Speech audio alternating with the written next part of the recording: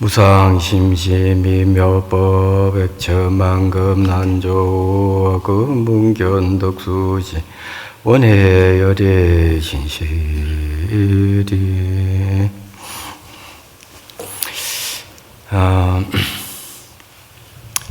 두 번째 하장장엄 세계를 해가 바로 비로자나 부처님의 마음의 표현이다.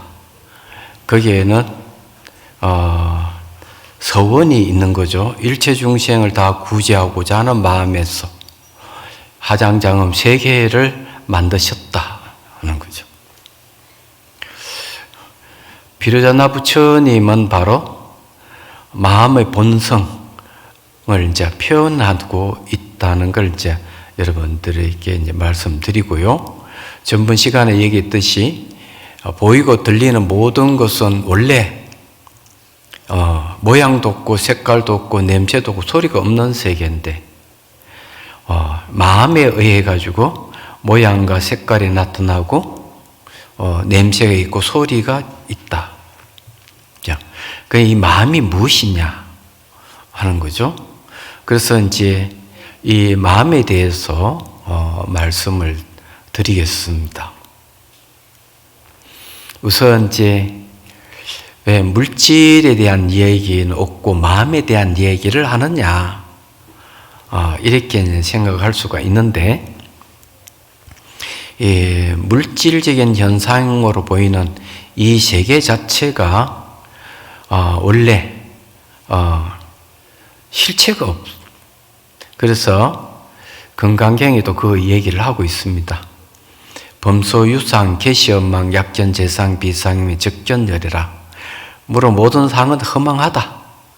만약에 상이 상 아님을 본다면 곧 열애를 보리라 이랬죠. 선문수경에서는 모든 상과 상 아님을 보면 이렇게 얘기를 하고 있습니다. 여기서 이제 주목할 점은 뭐냐면 모든 상이라 하는 것은 실체가 없어서 본질은 비상이다. 상이 아니다는 걸 얘기를 하고 있습니다. 물질적인 것은 생기면 사라지는 거고요. 사라지면 되돌아오지를 않습니다. 진짜가 아니죠. 사람에게 가장 무서운 것은 죽음 문제예요. 그런데 마음은 물질로 이루어진 것이 아니기 때문에 마음은 죽지 않습니다. 생로병 역사가 없어요. 그렇지만은 비물질도 아니기 때문에 얼마든지 모양과 색깔과 냄새와 소리를 전부 다 만들어내는 겁니다.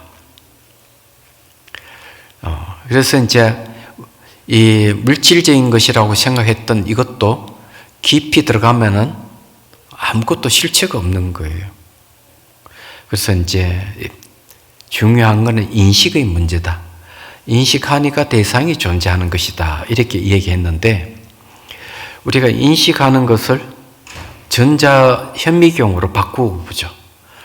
투가 전자현미경으로 바꾸면은 뭐가 보일 것이냐? 원자가 보일 거예요. 전자현미경으로 보면은 우리가 세포를 볼 수 있고요. 세포의 핵인 DNA를 볼 수 있죠. DNA를 더 깊이 쪼아서 보면은 뭐가 보이느냐 하면 단백질이 보입니다. 단백질을 더 쪼아 보이면은 그 다음에 이제 원자 분자가 보일 건데 그때는 투가 전자현미경으로 보면은 원자를 볼 수가 있어요. 자, 원자를 다시 거대 입자 가속기라는 렌즈로 보면은 원자를 쪼개보면 힉스가 나오고 힉스도 없는 거예요. 그래서 보면 아무것도 없어요. 우리가 물질이라고 했던 것들이 알고 보면 아무것도 없는 거예요. 얘기하자면. 그럼 뭐가 있느냐? 보는 마음만 있어요. 놀랍게도. 보이지는 대상은 존재 안 하는 겁니다. 그러면은 마음이 무지해가지고 이 깊이 꿰뚫어 보는 지혜의 눈, 해안으로 보지 않고 그냥 이 카메라 렌즈로 보면 이런 모양, 색깔 다 나타나는 겁니다. 이 나타나는 세계는 결국 마음이 이 파장을 읽어서 모양, 색깔, 냄새, 소리로 전해서 보는 거예요. 문제는 대상이 있다 없다가 아니고 이놈 대상을 내가 어떻게 보느냐 인식의 문제라는 겁니다. 얘기하자면. 그래서 해 안으로 보면 아무것도 없다 이거죠. 그런데 그곳을 렌즈를 조금 그냥 카메라 렌즈를 이렇게 늦춰서 보면 모양 색깔이 나타나는 거죠. 그래서 이게 전자현미경, 투과 전자현미경, 그 다음에 입자 가속기 현미경으로 보면은 아무것도 없는 거예요. 그럼 뭐가 진실이냐? 보는 것만 있어요. 깨달음은 보는 데서 일어나는 겁니다. 그래서 볼관자를 쓰거나 간화선을 할 때 볼간, 간자를 쓰는 용어를 쓰고 또 견성할 때 볼견자를 써요. 깨달음은 보는 데서 일어나는 거예요. 어떻게 보느냐가 중요하겠죠. 그래서 육안의 차원에서 마음의 눈이 있어야 돼. 심 안으로 바꾸셔야 돼.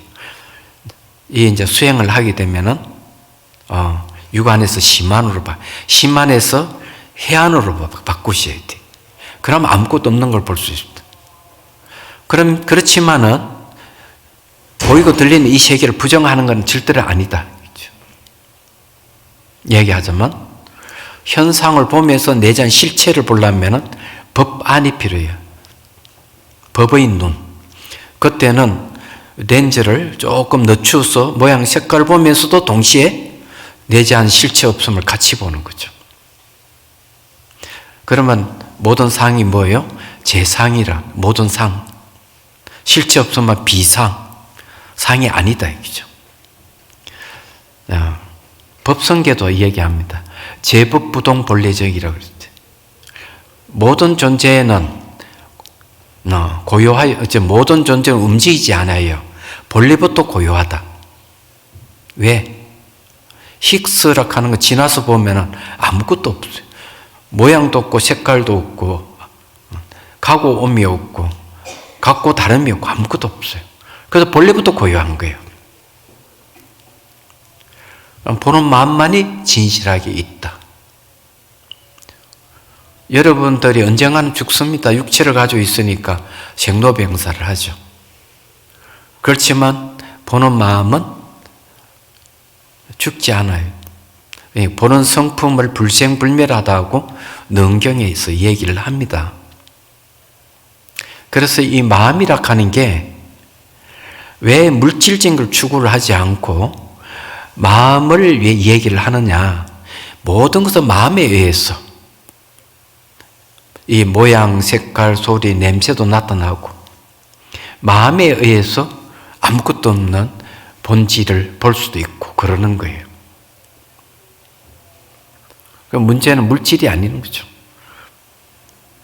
그러면 이제 마음의 본성이 도대체 어떤 것인지를 한번 얘기를 해보죠.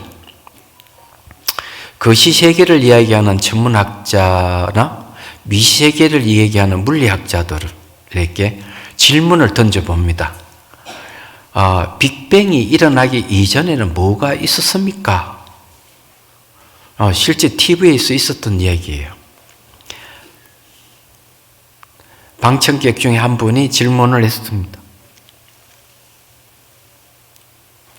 그런데 대답이 이런 이야기.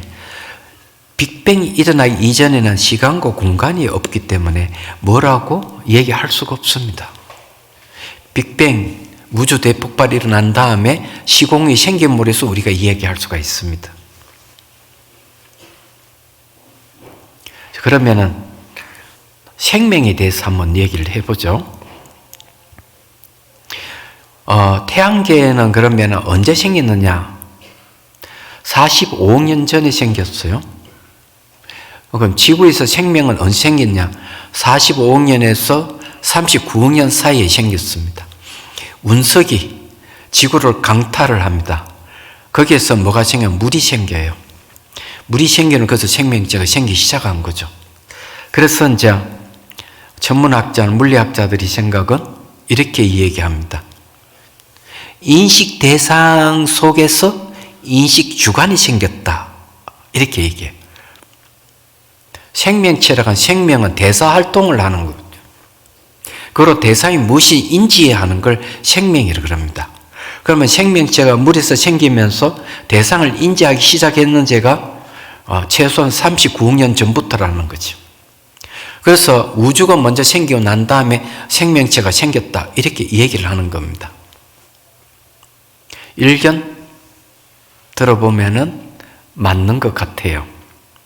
그렇지만은 간과하고 있는 게 뭔가 마음에 대한 문제는 얘기를 안 하고 있다는 거죠. 빅뱅 이전에 뭐가 있었느냐 이렇게 했을 때 과학자들은 대답을 못 한다는 겁니다. 그러면은 옛날 큰 스님들은 어떻게 얘기하고 있을까? 금강경 5가의 서문에 보면은 조선조 초기의 스님 하모 득통선사가 서문을 썼어요. 거기에 서문을 요약하면 이런 이야기입니다. 하늘과 땅이 생기기 이전에 그 무엇이 있는데 첨이 없고, 하늘과 땅이 소멸하고 난 뒤에도 그 무엇이 있는데 끝이 없다. 수많은 세월이 흘러왔지만 현재 순간에서 벗어나지 않고, 수많은 세월이 흘러간다 한들 현재 순간에서 벗어나지 않는다. 그 무엇이 뭐냐 이기죠. 이건 이제 많은 얘기를 하죠. 어록에는 본래 면목, 주인공, 본지분강, 한 물건, 그리고 이제 일착자 뭐 이런 얘기도 써요. 경전에는 이걸 뭐라 하는가 하면 불성, 중도, 제1이 공, 진여, 원각, 열반, 봉각 이런 얘기를 씁니다. 그런데 말은 각각 다르지만 다 하나를 얘기하는 거예요. 내용은 똑같은 걸 얘기합니다. 그게 바로 마음에 대한 이야기죠. 마음의 본성, 본래 성품, 마음의 본래 성품은 뭐냐는 거죠. 진여라고 하는 겁니다. 진여라는 용어를 쓰는 거는 이거는 이제 성가에도 쓰고, 또 경전의 논수에도 똑같이 쓰는 용어입니다. 초기 경전에도 진여란 말이 등장합니다. 진이라는 것은 허망하지 않아서 진이고 바뀌지 않아서 여예요. 우리 마음의 본래 성품이 진여는 불변수연한다는 것. 불변, 마음이 바뀌지 않는 걸 이야기하는 거예요. 수연은 인연 따라서 형상을 이루는 것이 수연이에요. 이것을 이제 선문수경에서는 이렇게 얘기를 하죠. 불변은 진공이고 수연은 묘유다. 진공, 묘유라고 얘기를 하는 겁니다. 그래서 더 친절하게 진공은 마음의 체를 얘기하고 묘유는 마음의 작용을 얘기한다. 그럼 이 세상에 존재하는 것은 마음의 본체, 불변과 마음의 작용, 수연밖에 없는 겁니다. 불변, 수연이 바로 진여를 얘기를 하는 거예요. 이 세상 그밖에 존재 안 한다고 얘기하는 거죠. 그런데 그것이 불변하기 때문에, 불변이라 하면 바뀌지 않기 때문에 그게 없어요. 생로병사가 없어요. 그 물질이 없어요. 그게. 그냥 빅뱅 이전부터 있었던 거예요. 이게.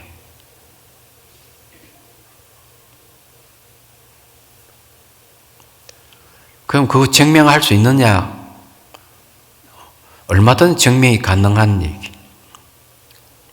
부처님으로부터 지금까지 그걸 깨달은 분들이 무수히 많다. 1700 공안이 나올 정도면 중국에도 1700여 명이나 깨달은 분이 나오셨지. 초기 경전에 보면은 굉장히 많습니다. 깨달으신 분들이. 그냥 개송 한마디 다 깨달아. 아란이 바로 돼버려. 그런 분들도 계시죠. 대한민국에도 그 이전에 신라 때부터 깨달으신 분들은 무수히 많았다.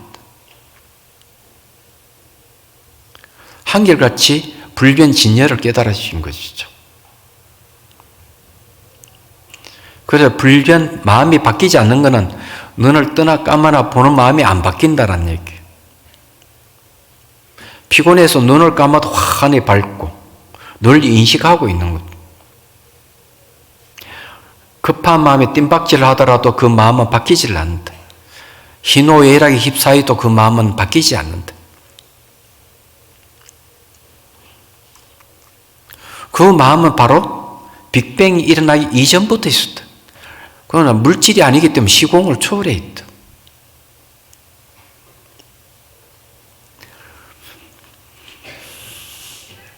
재미없죠, 그죠? 세상 이야기나 하고 이러면 재밌는데.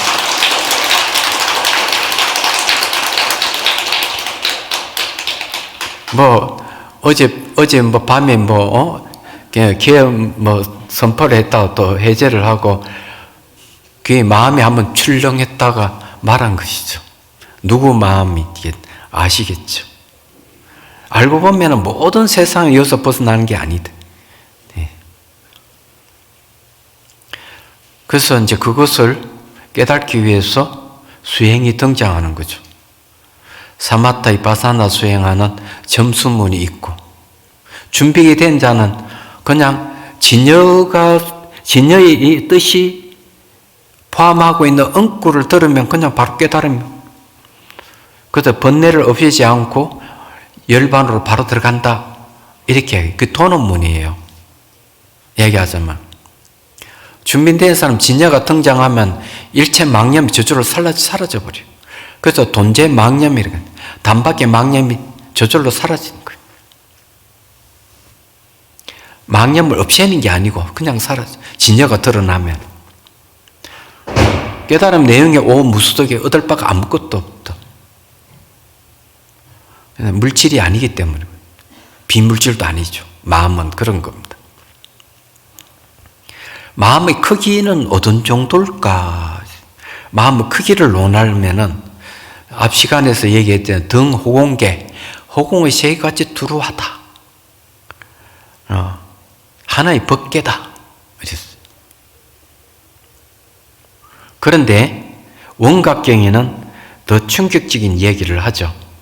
무변호공 각소현발이고, 끝없는 허공도 깨달음이라는 성품에서 나타난 것이다. 능경에서는 끝없는 허공이 바로 대각, 큰 깨달음에서 나왔다 이게야. 이렇게 그 허공 속에서 수많은 유정의 세계, 중생계가 있는 거예요. 얘기하면 허공을 의지해서 존재한다. 지구도 보면은 제일 밑에, 제일 끝에는 허공이 있죠. 그 다음 바람 요소가 있고, 그죠? 그 다음에 이제 흙의 요소 있고, 흙의 요소 안에 강이 있고, 바다에서 물의 요소가 있죠. 그리고 뭐가 있습니까?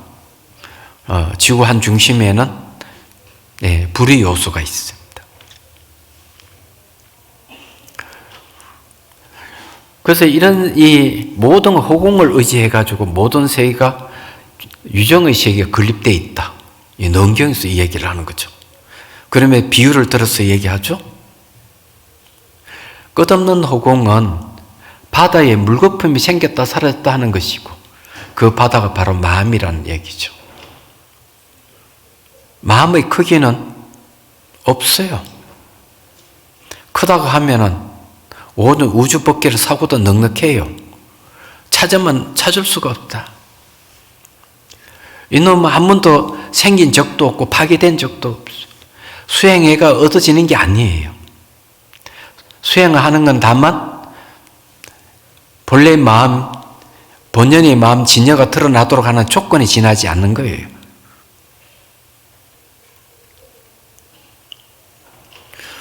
여러분들이 개개인이 다 가지고 있어요. 마음을 작게 쓰고 살면 안 되는 겁니다. 크게 써야 돼요. 그래서 이제 이 마음이라는 게 묘한 거예요. 가능하다 깨달으면 그렇게 어려운 것이 아니다 하고 옛날 큰 스님들 다 얘기하는데 제대로 선지식 만나면 다 깨달을 수 있습니다. 자, 어쨌든요. 그래서 이 마음에 대해서 좀 더 얘기를 좀 해보죠. 육조대사 법문에 이런 게 있습니다. 나에게 하나의 법이 있는데 머리도 없고 꼬리도 없고 중간도 없다. 색깔도 아니고 모양도 아니고 인거도 아니다. 그것이 무엇이냐? 대중한테 물으니까 어린 시내가 손을 들면서 그것이 우리 마음 본연의 청정한 마음입니다. 그 주장자를 때려요. 때리면서 아프냐? 아픕니다. 그렇지만 감히 말씀드리자면은 그 아픔을 받아들이지 않습니다. 그러니까 육조스님이 그래 너 말이 맞다. 어떤 사람이 사지가 잘린다고 하자 엄청난 고통이 있고 분노가 일어나지만 그 분노와 고통도 청정한 마음은 받아들이지 않는다. 이렇게 얘기를 합니다. 이게 무슨 말이냐 하면은 진열학하는 마음은 생멸이 없다 그랬죠. 번뇌는 생멸하는 것, 생겼다 사라졌다는 게, 진열은 생겼다 사라졌다는 게 없어요. 둘이 이렇게 딱 만나면 어떻게 될까? 딱 만나면은 생멸하는 마음이 없어지게 돼 있어요. 진열만 남아있는 거죠. 그렇기 때문에 생멸하는 마음을 받아들일 리가 없는 거죠. 이 불변의 마음은 어떤 것도 받아들이지 않아요. 그렇지만 대상 따라서 인연에 따라서 나타나는 겁니다. 지금 이 정멸보궁 이런 큰 건물이 어떻게 해서 이게 지어졌습니까? 마음 작용에서 이루어진 거예요, 이게. 설계사에게 이렇게 건축을 해 주십시오. 설계해 주십시오. 그 설계도가 건축사에게 얘기하면 이렇게 집을 짓죠. 엄청난 큰 건물을 지을 수 있습니다. 마음 작용에 의해 가지고 인연 따라서 형상이 일어나. 그래서 불수자성 수연성이잖아요. 자체 성품을 지키지 아니하고 인연 따라서 형상을 이루는 거예요. 형상을 이루는데 내자는 실체가 없어요. 이게. 그래서 이런 세계가 나타나는 거죠. 그런데 불교에서는 이런 현상을 부정을 하지 않는다. 다만 실체로 인정을 하지 않는다. 환영과 같다. 꿈과 같고, 물거품 같고, 그림자 같고, 아침 이슬 같고, 번갯불 같다. 이렇게 표현을 하죠. 뭐와 같다. 그렇기 때문에 이런 걸 집착할 필요는 없어요. 마음에 의해서 나타나는 이 세계에는 전부 상호 오존하고 시간적으로 변하는 세계를 얘기를 합니다. 소유할 수 있는 게 아무것도 없어요. 그 대염처경에도 보면은 발생과 소멸을 보라. 그러면 어떤 것도 움켜쥘 수 있는 게 아무것도 없음을 안다. 이렇게 얘기를 합니다. 초경전에 나오잖아요. 그래서 이제 받아들이지 않는다. 번뇌를 안 받아들여. 여러분들은 번뇌 속에 살면서 온갖 고통을 속에 살고 감내하며 살지만 알고 보면은 여러분 마음의 본성은 그런 걸 받아들이지 않고 있는 거예요. 경의선사 어록에 보면 그런 얘기 나와요. 똑같은 표현인데 경의선사께서 가다가 애들이 막 말억에 노니까 애들아 하고 불러요. 너희들 나를 한 대씩 때리면 내가 돈 한 입씩 주겠다. 그 애들이 때립니다. 한 대 딱 때리면 스님께서는 나는 안 맞았다. 다른 애들 때리면 안 맞았다. 애들이 스님 돈 안 주려고 그러지요. 준다. 때려라. 그러면서 한 입 주면서 왜 안 맞았다 그랬을까? 진여의 마음은 생멸하지 않기 때문에, 생멸하는 걸 받아들이지 않기 때문에 안 맞았다 하는 거죠. 때리는 건 생멸하는 마음이에요. 이게 이제 불변의 마음이, 그 다음에 수연의 마음은, 불변의 마음을 공이라고 그러고 수연의 마음을 불공이라고 그래요. 공과 불공은 분리되어 있지 않다 그랬죠. 성간책진에도 보면 그런, 마음은 움직이면서 움직이지 않고 움직이지 않으면서 움직인다. 보조국사께서도 체와 용은 구분하기 어렵다. 구분이 안 된다는 거죠. 여러분, 거울 있잖아요. 거울을 사방에 비추지만은 거울 속에 있는 사물들은 변합니다. 왔다 갔다 하기도 하고 없어지기도 하고. 근데 이 사물을 비추고 있는 거울 빛은 안 바뀌어요. 불변이에요.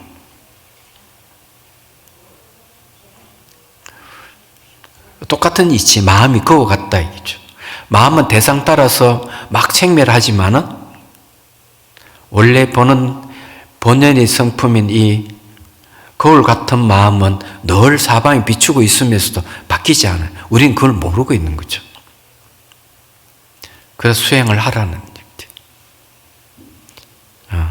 사마타 이파사나 수행을 하든지 선수행을 하든지 하는 거죠. 여러분들 평생 살 수 없습니다.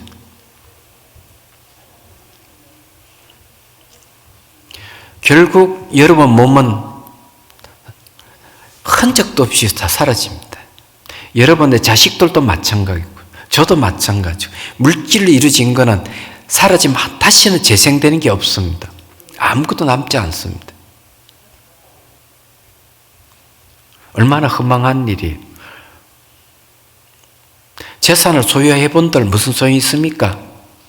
죽으면 가져가지도 못하는데 명예와 지위는 무슨 소용이 있습니까?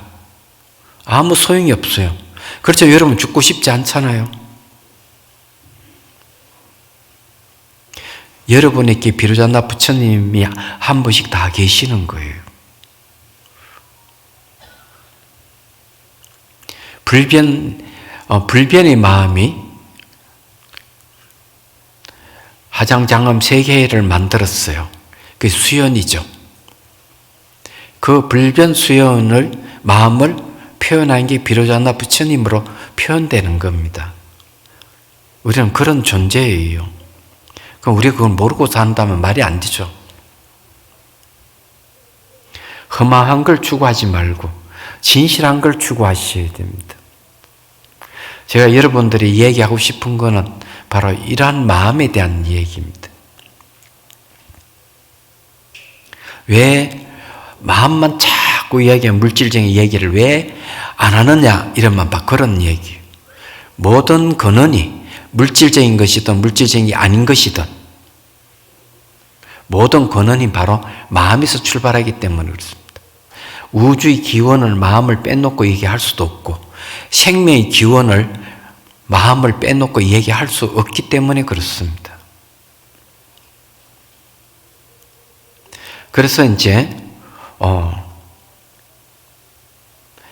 이 마음에 대해서 알아야 된다 하는 거예요. 지금은 이제 우리가 먹고 살 만한 시대가 됐죠. 잘 알다시피 먹고 살기 곤란한 시대는 무조건 부처님하고 붙들고 기도를 하고 그렇게 했지만 그것으로는 부족하죠. 여러분 자신을 찾아야 될 거 아니에요. 나란 존재가 무엇인지 확실히 알려면 방법을 달리해야 됩니다. 기도 내용도 바뀌어야 됩니다.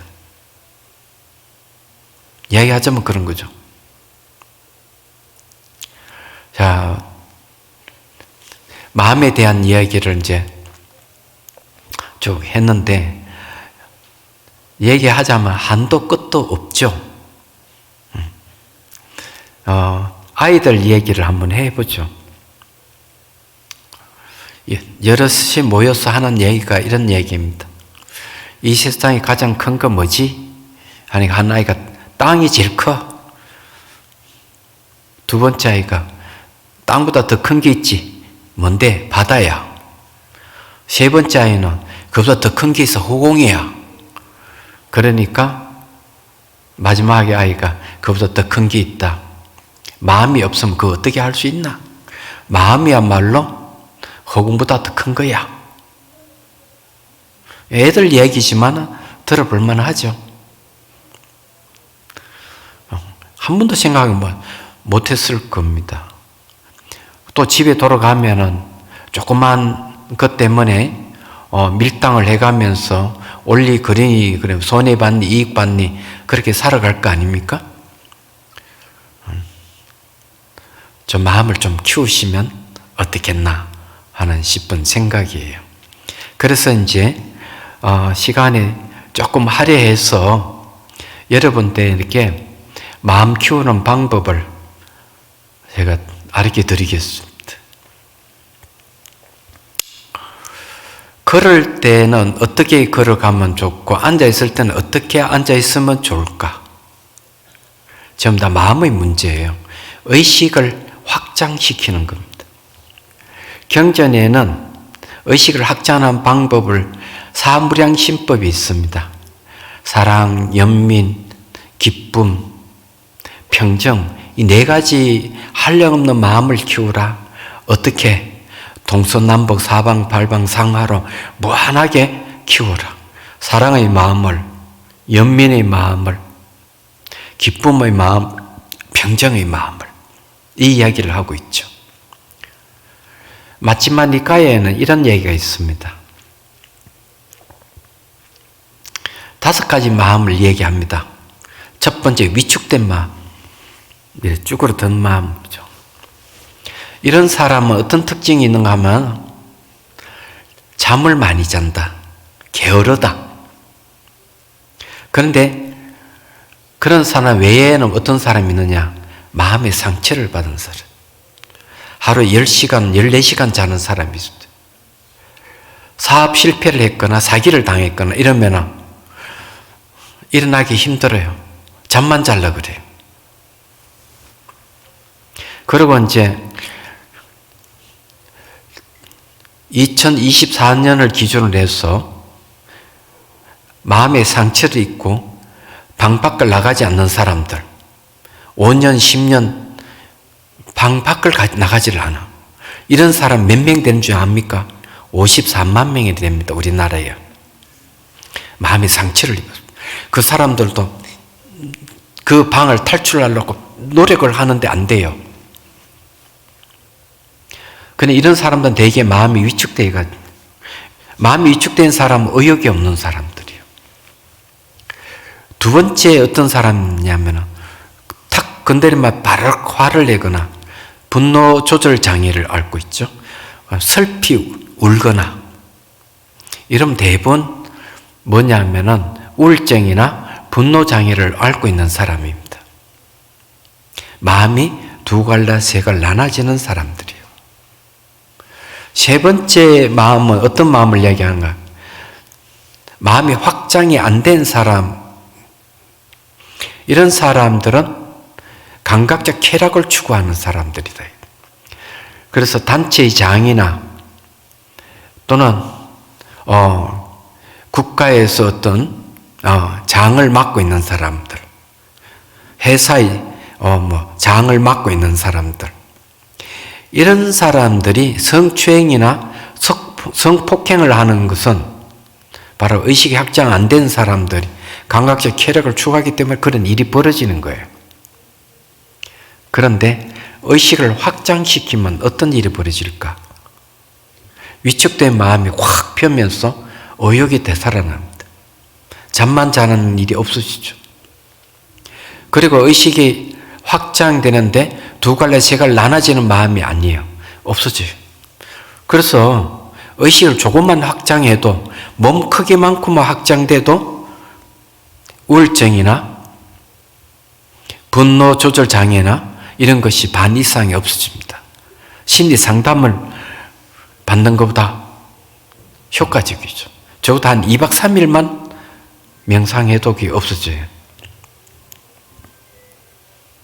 좋잖아요. 그리고 감각적 쾌락을 추구하는 마음도 사그러집니다. 네 번째 마음은 위가 있는 마음. 위장을 얘기하는 게 아니고 위. 욕계, 식계, 무식계의 28개 하늘, 천국을 얘기합니다. 그 위가 있는 마음을 얘기해요. 다섯 번째가 위가 없는 마음. 위가 없는 마음이 무슨 말은 출세간의 마음입니다. 이게 깨달은 마음이에요. 그 마음의 크기가 무한한 거예요. 깨달음의 마음의 크기가 달라지고 마음 자체가 부분적으로 작용하는 게 아니고 전체 힘으로 작용해요. 얘기가 그렇게 됩니다. 전체 작용이라 하기도 해요. 전체를 보면 부분으로 작용할 수도 있지만 그런 거 다 아는 거죠, 본인이. 대화하면서도 자기가 생각하는 거나 감정의 움직임까지 손바닥보다 볼 수가 있어요. 전체적인 마음에서, 전체 의식 상태에서 부분을 다 보는 거죠. 그런 상태가 됩니다. 그런데 이걸 출발이 뭐냐면 의식을 확장하는 데. 의식을 확장하면 된다. 그래서 이제 의식을 확장하는 방법을 알려 드리겠다. 그런데 이 방법은 일상생활에도 늘 쓸 수 있는 방법인데 다른 사람이 저 사람이 수행을 하는지 명상을 하는지를 모른다는 거죠. 꿈에도 모른다는 거죠. 수행하는 건 본인만 알아요. 내가 수행한다고 티 낼 필요가 없어요. 너무 좋잖아요. 아주 멋진 방법이 있습니다. 일상생활에서 명상하는, 수행하는 방법. 의식을 발바닥과 정수리 두 군데를 두셔야 돼요. 그리고 그것이 되면 세 군데 의식을 두는 방법이에요. 의식을 세 군데에 두고 한 경계로 삼는 거죠. 처음에는 잘 안 돼요. 그래서 어떻게 하는가 하면 처음에는 의식을 발바닥에 두고 걸어야 돼요. 의식이 발바닥에서 안 벗어나도록 해야 돼요. 발바닥 감각을 체크하고 있으면 의식이 발바닥에 안 달아나요. 그래서 날마다 걷는 거죠. 그러면서 발바닥에 의식 두고 언제까지? 발바닥이 보일 때까지. 발바닥이 보이면은 심 안이 열릴 때, 마음이 눈, 육안으로 볼 수 없는데 발바닥이 사물 보듯이 볼 수 있으면 마음의 눈이 열린 거죠. 성질 급하면은 의식이 발바닥에서 안 벗어날 쯤 되면은 다시 이제 두 번째 조전을 하는 거죠. 정수리 두는 거죠. 발바닥과 정수리 두 군데 동시에 두고 걸으면 돼요. 이게 잘 안 되시는 분은 어떻게 되냐면 발바닥에 의식을 두고 걷다가 생각이 일어나면 얼른 의식을 정수리 두고 또 생각이 일어나면 손가락 끝에 두는 거예요. 또 생각이 일어나면 또 발바닥에 두는 거예요. 생각이 일어날 때마다 알아차리고 인식 대상을 바꾸는 겁니다. 의식을 둔다 하는 것은 인식한다는 소리예요. 그렇게 발바닥에 뒀다, 정수리에 뒀다, 손가락에 뒀다 이렇게 하면은 생각이 사라지고 생각 흐름도 끊어진다 하는 사실을 알게 돼요. 아, 생각이 실체가 없구나. 이렇게 알기만 하면 생각으로부터 어느 정도 자유로워집니다. 생각의 흐름이 잡생각이 훨씬 줄어들어 버려요. 정수리 의식 두기가 힘드는 건 어떻게, 여기 연꽃이 하나 피어 있다고 상상을 하면 돼요. 그래 걷다가 그 다음 발바닥 정수리 두 군데 두다는 노력하면 무심하게 해야 돼요. 무심하게 하는 방법은 벌이 꿀을 딸 때 꽃을 상하지 않고 꿀만 딱 따가듯이 이게 무심하게 하는 거예요. 발바닥 정수리 두 군데 두면은 둘 수가 있어요. 그러면은 한 생각도 일어나지 않는 상태로 들어갈 수가 있다. 의식이 깨 있는 거죠. 의식이 깨 있으면 마음이 과거로도 안 가고 미래도 안 가는 거예요. 잡생각의 흐름이 다 올 스톱 돼버린다. 그러면 의식이 발바닥 정수리까지 커진 거예요. 확장된 거죠. 의식이 확장된 사이에 한 생각도 일어나지 않고 깨 있다. 생각이 안 일어나면 고요한 거예요, 주변이. 마음이 고요하기 때문에 주변이 고요한 거죠. 그래서 주변의 고요함과 의식이 깨 있는 것, 두 가지를 합해서 성성적적이라고 그럽니다. 성성은 깨 있고 적정은 고요하다. 망념을 없애는 방법 중에 하나입니다. 성성적적 방법.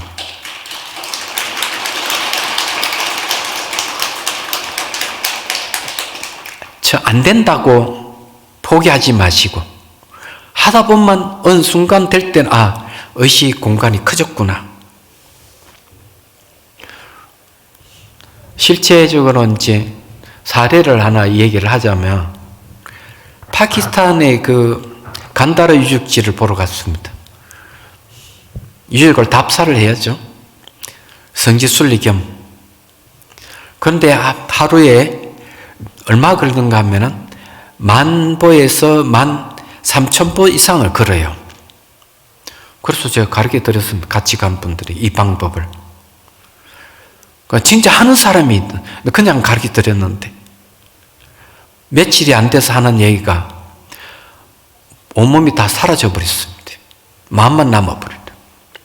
이런 경우를 시밀경성이라고 그래요. 또는 시밀경삼매라고 그럽니다. 마음이라 하는 한 경계로 있는 고요함. 네, 몸이 사라져버렸어요. 몸 사라지는 깨달음은 아니에요. 몸 사라지는 깨달음이라고 하는 개가 지나가던 개도 웃을 일이에요. 삼매 현상입니다. 그것이 익숙해지면 이제 시밀경성의 최종이 등지입니다. 등지. 같을 등자, 가질자. 마음이 뜨지도 까르지 않는 상태가 유지되는 것. 거기서 경안이 일어나면은 색기심 선정으로 들어가요. 그렇지만은 진여에 대한 공부를 한 사람은 진여 삼매를 가서 깨달음 얻을 수가 있어요. 길은 굉장히 간단해요. 이거는 점수법입니다. 도노법은 아니에요. 그렇지만 하면은 뭐가 좋냐? 몸이 다 사라져 버리면은 번뇌가 확 줄어들어. 몸이 건강해져요. 그리고 발바닥 정수리 몸 안 사라져도 괜찮아요. 두 군데 의식을 둘 수 있을 정도면 3,000m, 4,000m, 5,000m 가도 고산병이 없어요. 몸은 점점 가벼워집니다. 혹 곤란 정체도 없고 좋은 방법이에요. 거기에는 다른 비밀도 숨겨져 있지만 시간 관계상 생략하고, 그래서 제가 얘기했습니다. 그분에게 몸이 휘청거리면은 발바닥 정수리 하나 더 두라. 손가락 끝에 두면 균형이 잡힐 것이다. 그리고 앉아있을 때도 항상 의식을 발가락 정수리 두 군데 동시에 두는 거죠. 두 군데를 한 경계로 삼는 거죠. 그러면 의식이 커지는 거죠. 그 자체가 전체 의식이라고 그래요. 전체 의식 상태가 되면은 비로소 이제 심왕이라고 합니다. 전체 속의 부분을 보는 건 심소라 그래요. 심왕과 심소는 한 대상을 동시에 같이 봐요. 마음이 전체 의식 상태가 돼야만이 이제 몸이 다 사라지고 이러면 마음이 자치가 없는 자리에 머무는 수행이 가능합니다. 그건 대승기신론의 사마타 수행. 그 방법은 굉장히 간단한 방법이에요. 그리고 온몸이 다 보일 때까지 해야 합니다. 발바닥 정수리도 걸을 때 다 보이면 두 군데 둘 필요가 없어요. 늘 일상생활에도 온몸이 보이면 좋아요.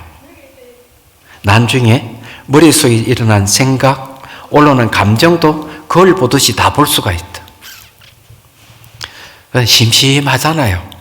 그래서 건강을 위해서도 그러면 좋아요. 그냥 심심하게 택시 탈 일도 한 30분 걷고, 버스 탈 일도 한 30분 걷고, 지하철 탈 시간도 한 30분 걸고, 지하철을 타든지 버스를 타든지 택시를 타든지 좋잖아요. 요 산이 많잖아요, 여기. 그죠? 여기엔 지하철이 없지 참. 여러분은 산행을 할 때도 한번 해보십니까? 몸이 가벼워서 숨차는 법이 없어. 그래서 성성적정의 경계를 맛보시고 그렇게 하면은 진여는요, 그게 없습니다. 한 생각도 일어나지, 마음 움직임이 첫째 없어요. 한 생각도 일어나지 않는 것과 비슷하죠? 그리고 의식이 깨 있어요. 마음이 가거나 미를 안 가요. 그러면 한 공간 의식 상태에서 깨 있는 거 똑같죠? 그리고 불변의 마음 항상 고요해요. 내가 수행해서 고요한 게 아니고 원래부터 고요해요.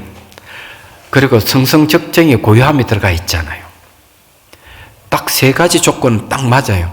그 이제 지혜까지 갖추면 이렇게 의식을 확장한 것이 의식이 늘 깨 있고 고요하고, 그죠? 마음이 이제 왔다 갔다 하지 않잖아요, 그죠? 움직임이 없고. 이 세 가지에다가 깨뚫어 보는 지혜, 무상, 고, 무아 또는 공성에 대한 지혜가 있으면 진여의 네 가지, 마음 움직임이 없고 깨 있고 항상 고요하고 불변의 마음이 지혜입니다. 이 네 가지가 둘이 딱 이렇게 맞을 수가 있어요. 정확하게 딱 맞으면 개합한다 그래요. 그럼 깨달음이 일어날 수가 있습니다.